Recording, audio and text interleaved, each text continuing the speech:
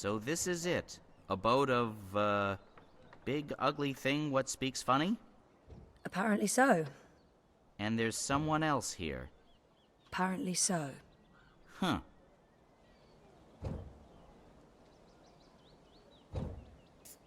So what now? I don't know. Do you have any suggestions? We kill them, bury their bodies, and then go about our lives as if nothing happened. That's disturbing. I know. I'm dark. I'm really not in the mood for killing today. Or any day. Fine, then you come up with something.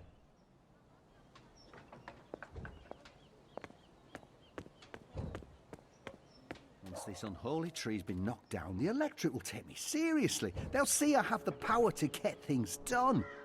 Maybe then I can stop licking the arses of the Azadi. Goddess this and goddess that. It leaves a bad taste in my mouth, sucking up to their feminine deity. Give me a world without gods and goddesses, a world ruled by humans and true Northlanders. No magicals, no supernatural women folk, no superstitious invaders. A world by and for man, with the woman in her rightful place at home. Go on, put your back into it, man. This is pathetic. It's merely a tree. What's he doing? Ah, a member of the voting public. Honor Hilaris, Esquire, at your service, madam. But I'm sure I don't need to introduce myself to you, hmm? You've seen my face in print and in public appearances. You know me as an honourable and truthful fellow who stands with the common man. And woman. We shan't forget the common woman. Yes, yes.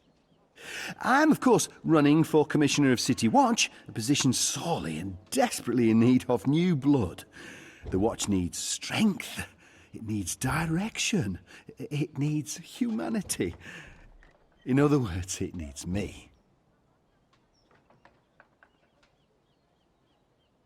Let's see if I can get him talking about himself. Let's see if I can get him talking about himself. It's Hilaris, right?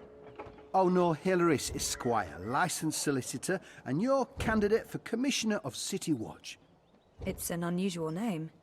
It's unique, certainly, but it's a Northlander name with deep roots in Mercurian society. My father, the esteemed Hubert Hilaris, Esquire, served dutifully for many years on the council. He was respected, feared, and admired by all. Of course, that was before he was beguiled by that Dulmari witch. She used her wily sorcery and beastly sensuality to lure my father away from his family, away from us. I've sworn to restore our sacred heritage. The witches shall burn, humanity shall prevail, and the name Hilaris shall no longer be the butt of spiteful jests. He's gunning for a political position with the City Watch. I wonder what his end game is. You're running for City Watch?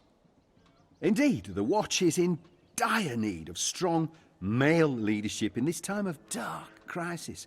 Male? As you well know, the current commissioner, a person of the female persuasion, has failed to maintain order in the city in these dark, trying times. She's been soft on sorcery, magnanimous with magicals. She's indulged the occult, and she's extended an open hand to non-humans, acting in discord with our foreign benefactors. Oh, it's understandable she's weak. She's sentimental. She's merely a woman, and she's not been able to properly inspire the men of the Watch to take appropriate action against our occult immigrants. As soon as I'm elected, this will change. We will honour Azadi law and make Mercuria pure again. No more magic, no more magicals. And our womenfolk can once again return to home and hearth to be pampered and protected by their husbands, fathers and brothers. As it should be, yes, yes. It looks like they're trying to destroy Abnaxus's abode. Why are you trying to knock down this tree? Oh, it's not just a tree. It's an affront to common decency and humanity. This so-called domicile was the dark and dangerous den of one of the most militant of magicals. An abominable beast that threatened our young and our women by its mere existence. Eradicating this occult stone tree from our historic green is not just my election promise to voters, but my God's-given responsibility as a human being. He appears to be an Azadi supporter. I wonder how I take it you're happy with the Azadi occupation? No, I wouldn't call it an occupation, not anymore. The Azadi came to save us from the tyrant invaders, and they stayed to protect us against all magicals. They're our benefactors, not our oppressors. But the resistance has put us all at risk. Unless we re-establish human dominion over the Northlands, we'll be vulnerable when the Azadi eventually return to Azadir. For believe me, they will. Oh, they've promised as much. This is not their land, and this is why I run for office. To build a Mercuria by and for humans, one that can stand the test of time and stand up against occult invaders. We must invest in the future, and you can't spell future without owner Hillary's. I've had enough. Well, best of luck with everything. Luck is the lazy man's excuse for failure. Luck is an occult idea. I create my own destiny, young madam, and so should you. Here's my advice to you. Find yourself a decent human husband and start breeding decent human babies. This is how you can best contribute to our common manifest destiny. And remember, a vote for honor is a vote for humanity. Is that the best you can do? Oh, I take the axe myself if I can just moisturise my hands. This dry air, well, you understand.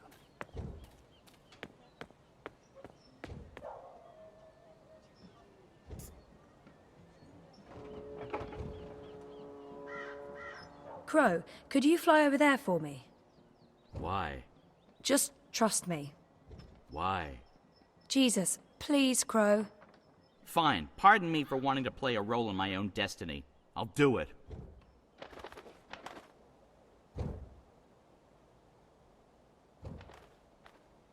A talking bird! Filthy magic!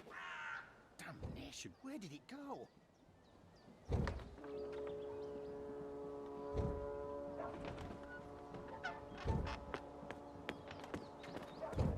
What kind of shoddy job are the Azadi doing when there are still talking birds flapping about? They should provide us with a few of their That God's damn talking bird! Magical aberration! If I get my hands on that filthy feathered thing, I'll twist its scrawny little... language. What can I do for you, young madam? Let's play this night. About that talking bird that's bothering you. Yes, what about it? I just saw it. Where?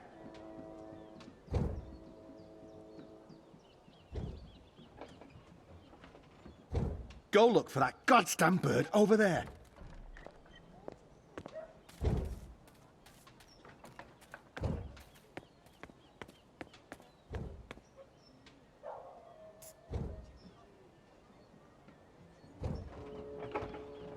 Again? Seriously? Ugh. Fine. Still, you filthy little fowl.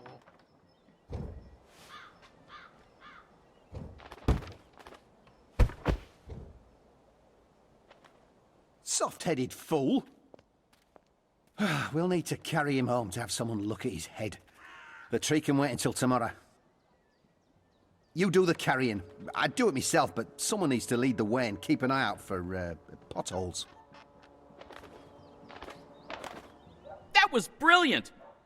First, I did my thing, and then that goofball tried to hit me with a rock, and then stuff happened, and Dung for Brains got knocked out, and then they all left. End scene. It was almost like one of those puppet shows that Wizard puts on in the square. It was hilarious! I'm glad you enjoyed it. That's the most fun I've had since...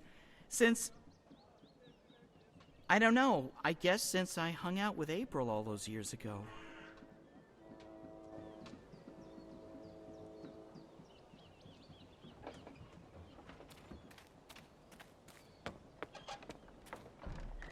Locked, but I have the key.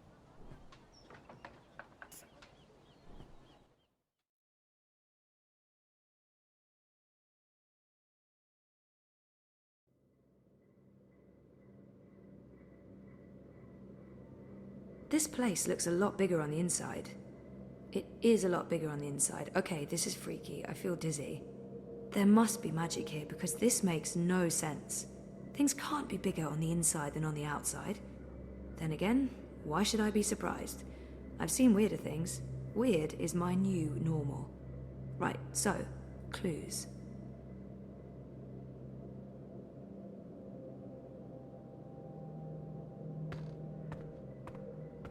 Those are some portentous-looking books. I wish I could read them. Obnaxus was a very well-read man, thing.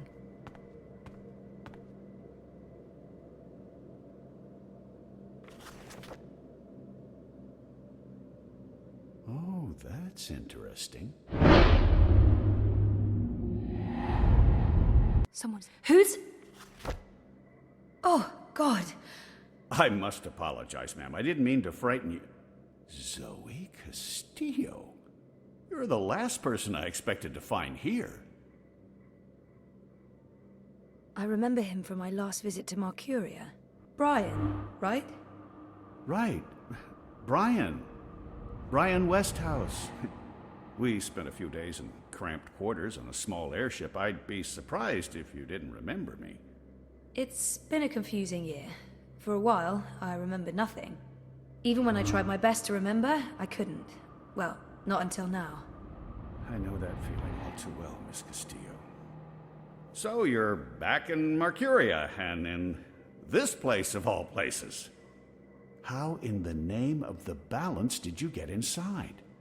People have been trying for years, but this house has strong wards. Venar magic, the oldest there is. And now I understand why. It's a treasure trove. Wait, is that the Annals of Dreaming? Good God, that's a lost treasure. Only 5 were ever made. Why be secretive about it? I'm sure I can trust him. I'm not sure I want to tell this man absolutely everything yet. Why be secretive? I guess it helped to have a key.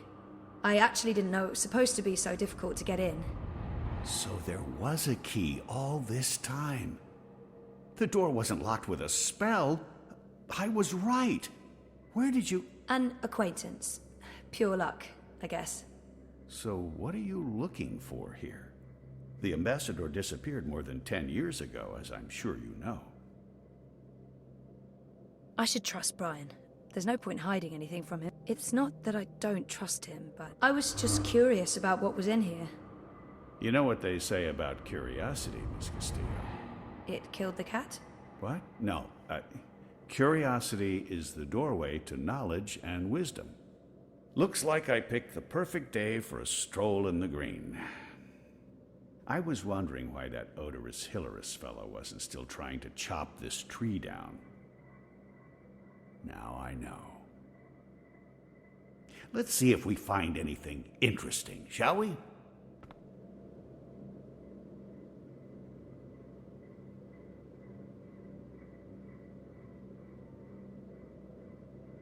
There are enough musty old books here to fill a university library's special collection of musty old books. Those are some portentous-looking books. I wish I could read them. Looks like a handwritten note. Interesting.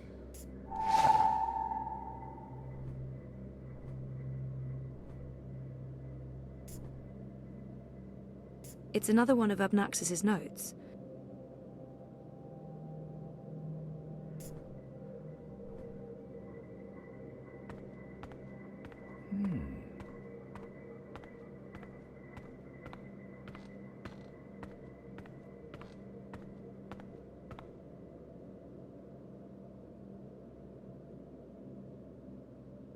Obnaxus was a very well-read man, thing. There are enough musty old books here to fill a university library's special collection of musty old books. Those are some portentous-looking books. I wish I could read them.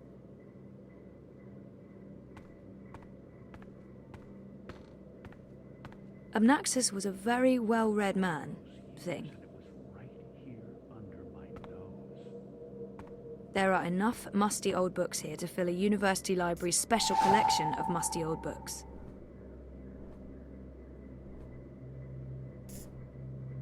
Westhouse might be able to decipher that note.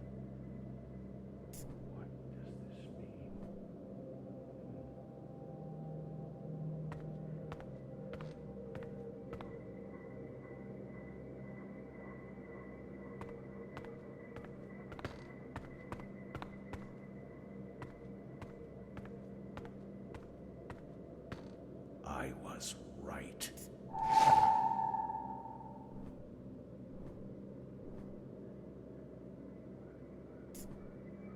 Notes. Notes everywhere.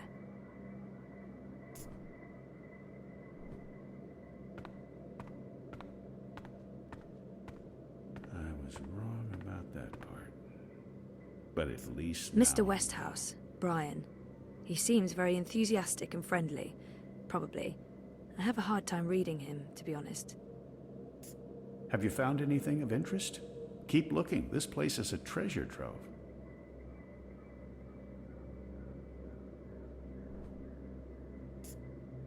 Here's another note. On the matter of the kin and the approaching war of the balance. By Jove, this is the information we've been looking for. I can't believe it was right here all this time. Your help has been invaluable, Zoe. I'm in your debt.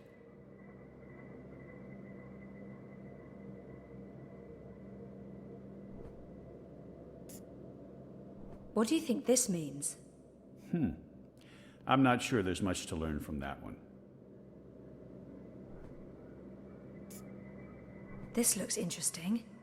The first dreamer references in the annals of dreaming. That's this book right here. And the chapter about the first dream, it's certainly a starting point. Let's see what it says. Can you read that book? I've lived in Arcadia for decades, and there hasn't been much to do aside from studying ancient texts, so yes, I can read this book. Let's see, the chapter in question speaks of the Ular. They are said to be wardens of the Dreaming One, whatever that means. It's a rough translation. The English language isn't quite up to the task. The Ular and the Yete, one people that split into two. That sounds familiar. It says here the Yete left the Purple Mountains to go south to burrow into the ground. Something about a well of dreams. I mean, I don't know how much of this is true and how much is fantasy or prophecy. It's a difficult book to decipher. There's also something about two dreamers becoming one. It's vague. This is almost certainly a prophecy of some sort. The Ular live on Cloud Peak. It's in the mountains of Yedra. Where's that on the map? Ah, there it is. Straight north across the plains, right in the middle of the border mountains. This is an old book, so I don't know if they still live there. I've never heard of the Ular. They might all be dead.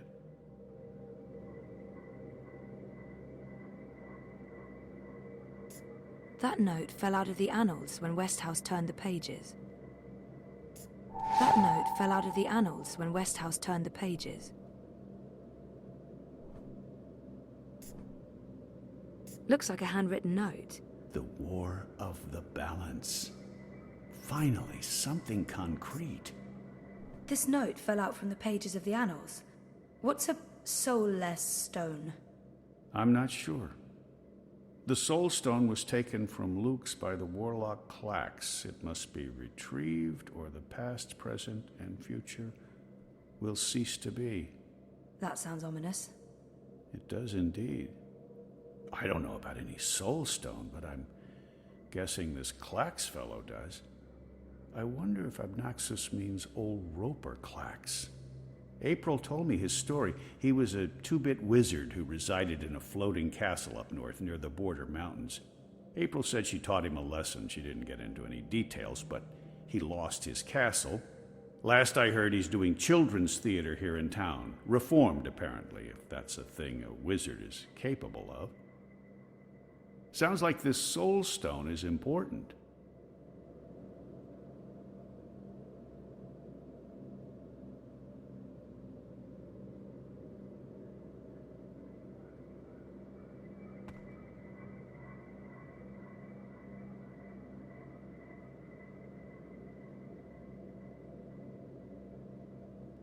I can't wait to tell them.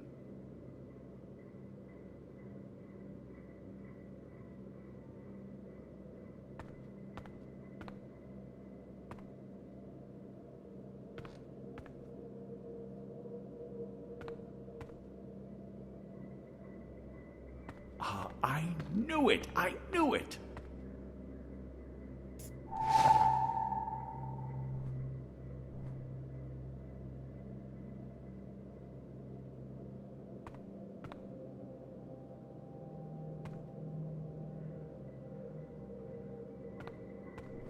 Fascinating. What do you think this means? I'm not sure there's much to learn from that one.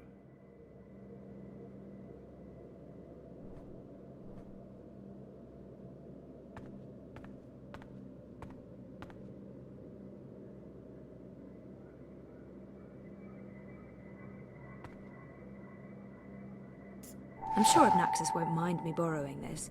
I'll return it to I'll him need to in write all person, this down before if I I make it to forget it. Cloud Peak.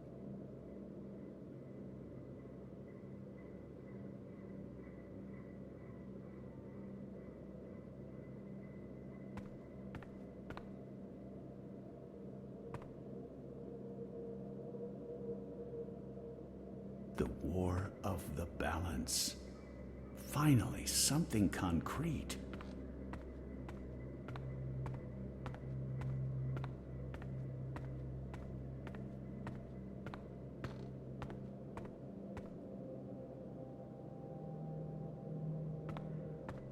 I can't wait to tell them.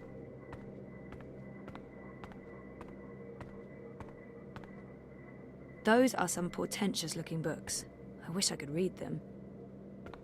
Obnaxus was a very well-read man, thing.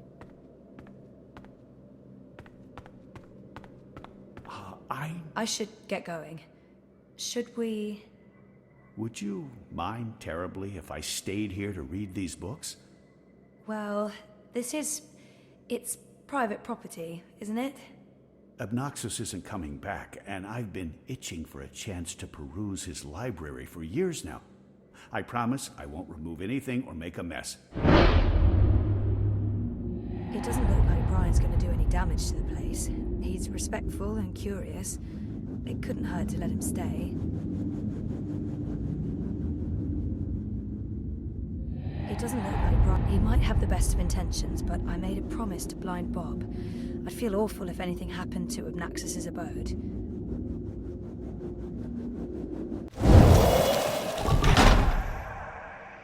I'm sorry, I don't think I can let you stay in here. I'm not sure I need your permission. I... Only joking. I understand. I'll take my leave now, Miss Castillo. I certainly hope we'll see each other again soon.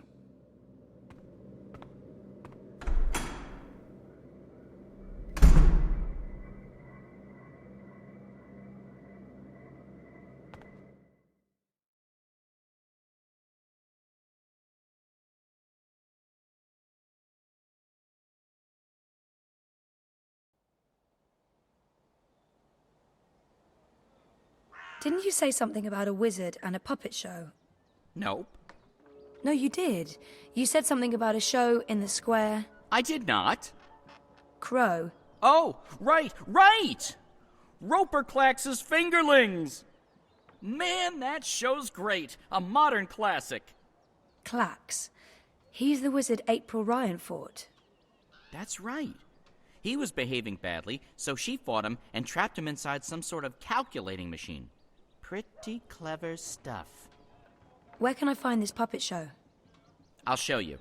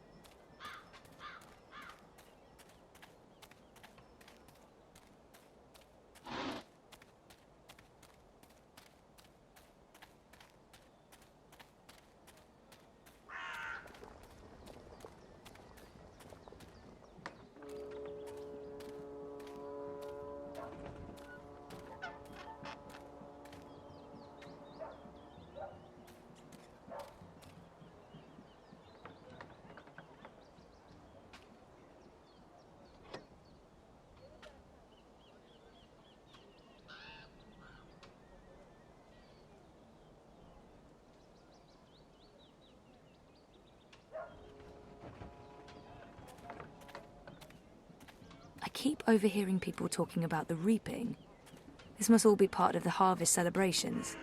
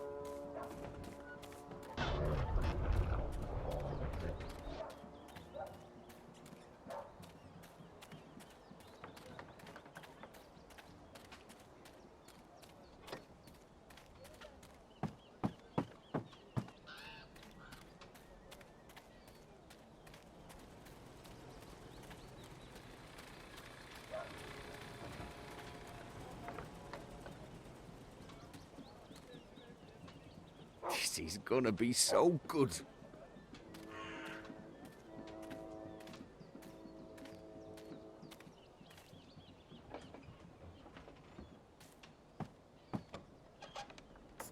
Roper Clacks, I presume. He looks wizardly, as in how I expected wizards to look when I was 10. If you seek an autograph, you must purchase my book first. It's on sale today, only... No, sorry. I need to talk to you. Talk, Well, I only have a few minutes before my show begins, but I'm sure I can spare a couple of them for a pretty young thing like you. It's an odd name for a children's puppet show. The Fingerlings. Ah, my beloved finger puppets, beloved by all, children and critics alike.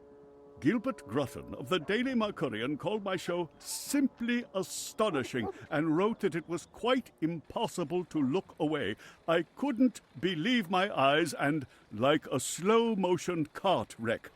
You see, the Fingerlings represent a revolution in finger puppeteering, or as I call it, fingering, trademark and patent pending. The women in particular are quite ecstatic about it. Stay for the show. I guarantee a good time. This has to be the right man. You are Roper Clacks, right? The wizard? Who told you that? Well, that sign, for one. No, the wizard part. Who told you? I mean, I'm merely a humble finger puppeteer trying to make an honest living in a cold and heartless world. But you were a wizard once. Fully rehabilitated, I don't go anywhere near sorcery, not anymore. You should really read my highly acclaimed and best-selling memoir, A Farewell to My Wizarding Ways. It's a thrilling story of redemption and romance, of dashing heroes and wicked villainesses, of flying castles and curious calculating devices. Every word of it as true as the night is dark and the day is bright, of course. I might as well get right to it, seeing as his show is about to begin. Do you recall owning a soul stone? A soul stone? I don't know what you're talking about. I was just wondering, since there are so many impressive tales about your powers where I come from. And where would that be? That was a long time ago. In another life. I've moved on. I'm a different person now in every way. I was just wondering what happened to the stone. She took it, that Bitch. Balance? Pardon me? I don't know where that came from. Who? the Yaga, the wicked witch of the north, as these simpletons call her. as if they have any idea who and what she truly is. She lurks in Riverwood in the dark places. She feeds on that stone like a... Like I said, that's in the past, and I've left it all behind long ago. Now I make an honest living bringing joy to children through my most excellent and revolutionary finger puppet theatre. And on that note, I must beg your pardon, young miss. The show is about to begin. Can we please talk again afterwards? I have some more questions. Sure. Absolutely after the show. After the show, yes. Toodaloo. Yes, here we go. This is gonna be so good. Ladies and gentlemen, boys and girls, humans and... well, humans... and you, Azadi soldier standing over there, you're welcome to watch, just don't rattle your sabers or rustle your suits. Welcome to this morning's performance of... The Fingerlings. I am your host and puppeteer, Roper Clax, esteemed thespian and raconteur, author and entrepreneur. My book is available for purchase with a free personalized dedication. Speak to me after the show. A donation is both appreciated and expected. Drop your coins into the box after the show. Remember that every iron piece goes towards a good purpose. Woohoo! Go Fingerlings! My beloved Fingerlings, handcrafted reproductions of renowned actors from across Arcadia, immortalized in finger puppet form by skilled artisans. Using only the finest fabrics and natural materials, these lovely creatures are as dear to me as children, and as talented and protean as the finest human players. You're all welcome to approach the stage after the show, of course, to admire my finely crafted miniatures up close and intimately. No food, no touching, no children. And now, beloved audience, prepare yourselves for a journey into mystery, for a true story of wizardry and magic. I present to you the tale of the good-hearted wizard and the villainous winch.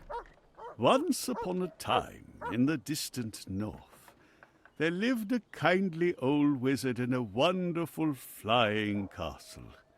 This very friendly wizard liked to tease and toy with the people of the land, and sometimes he would do silly things like turn them into stone or furry animals and bottle up the wind.